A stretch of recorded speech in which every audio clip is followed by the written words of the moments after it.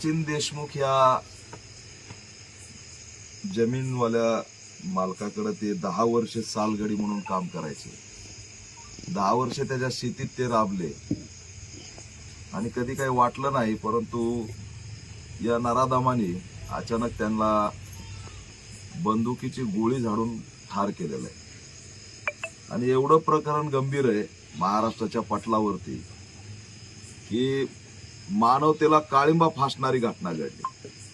हे कुटुंब अनुसूचित जातीतलं आहे, ते भूमिहीन आहे, मजूर आहे आणि भूमिहीन मजूर असल्यामुळे इथल्या जमीनदाराच्या शेतात मजुरी केल्याशिवाय त्या कुटुंबाला पर्याय नाही. म्हणून 10 वर्ष उषाताई साठे आणि त्यांचे मिस्टर विजय साठे हे दोघंही तिथं मजुरीचं काम करतात आणि त्या ठिकाणी प्रामाणिकपणे काम करत असताना अचानक असं काय घडलंय की त्या सचिन देशमुखने आमच्या भगिनीचा जीव घेतला. तिला एक गोळी झाडून मारलंय म्हणजे या महाराष्ट्रातली किती मोठी घटना आहे. पण आज या राज्यात त्या घटनेबद्दल कुणालाही माहिती नाही, कोणत्याही मीडियात चर्चा नाही. मी आता हे कोणत्या तालुक्यात आहे, माळशिरस तालुक्यातलं हे प्रकरण. इथं मी आता रात्रीच्या 11 वाजता आलोय, या कुटुंबाला शोधत आलोय. किती भयान परिस्थिती आहे. त्या बिचारीच्या पाठीमागे एक लेक आहे, एक मुलगा आहे, हे कुटुंब आहे. राबली. 35 वर्षाची आमची बहीण होती, ती मातंग समाजाची आहे, अनुसूचित जातीची आहे. हा नराधम सवर्ण आहे आणि अतिशय प्रामाणिकपणे गरीब कुटुंब आहे. त्यांच्या त्या निरागस लेकीला गोळी झाडून मारलंय. कुठे गृहमंत्री देवेंद्र फडणवीस? या राज्यामध्ये मातंग समाजाचं, दलिताचं कशा प्रकारे तुम्ही अस्तित्व संपवताय? याला भीती का वाटली नाही? कसं काय मारलंय? आणि त्याच्यामुळे ही घटना एवढी गंभीर आहे की महाराष्ट्राला हादरून टाकणारी घटना आहे. जर मजुरांना बंदुकीने मारलं जात असेल, ठार केलं जात असेल, त्यांचे ते मिस्टर काम करतात आणि त्यांना अचानक आवाज येतो, पळत जात आहेत, तर बायको रक्ताच्या थारोळ्यात पडली आणि तो बिनधास्तपणे ही बंदूक आणतो कुठून? एवढी मोठी घटना घडून या मतदारसंघाचा खासदार यांना बोलला नाही, आणखी आमदार बोलला नाही. या राखीव मतदारसंघ आहे, उत्तम जानकर म्हणून आमदार आहेत. का दलितांचे मुद्दे अधिवेशनात नाहीत घेत का कुणी? अधिवेशन एकीकडे चालू आहे, बाकी मुद्द्यावर चर्चा ऐकतोय.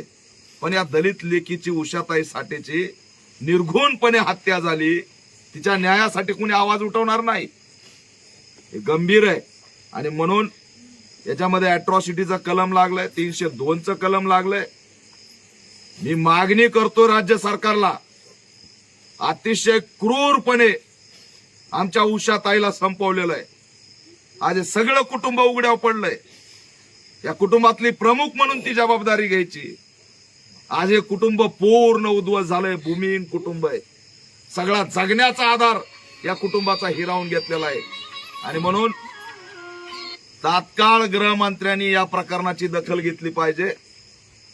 आणि यातला जो आरोपी आहे, त्या आरोपींनी पूर्णपणे, हे गरीब आहेत, हे मजूर आहेत, हे दलित आहेत, यांना आम्ही मारून टाकलं तरी आमचं काही करू शकत नाही, या मानसिकतेतून त्यांनी मारलेलं आहे. त्याच्याकडे 40, 50, 100 एकर जमीन आहे आणि त्या बळावरती जातीची माज आणि मस्ती, आणि त्या ठिकाणी यांना मारलं तरी हे काय करणार नाहीत. या सगळ्या जातीय मानसिकतेतून हे क्रूर हत्याकांड या नराधम सचिन देशमुखने घडून आणलेलं आहे.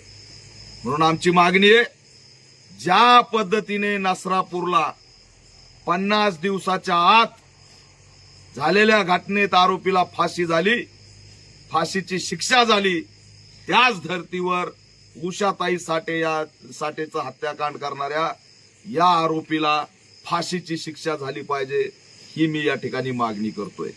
या कुटुंबातल्या सदस्याला सामाजिक न्याय विभागाच्या माध्यमातून एका सदस्याला शासकीय नोकरी आणि त्या ठिकाणी 50 लाखाची मदत सरकारने तात्काळ केली पाहिजे. आज मातंग समाज म्हणून आम्हाला जर गोळ्या झाडल्या जात असतील तर आमचं जगणं या राज्यात कोणत्या स्तरावरती आहे? अनुसूचित जातीचा कोणताच घटक इथं सुरक्षित नाहीये, लक्षात ठेवा. आज या कोपऱ्यात राहणारं, गाव कुसात राहणारं हे कुटुंब न्याय करत इथं बसलंय तर त्याला कुणी भेटायला येत नाही. किती दुर्दैव आहे. मी या ठिकाणी त्यांचा शोध घेत मला यावं लागलंय.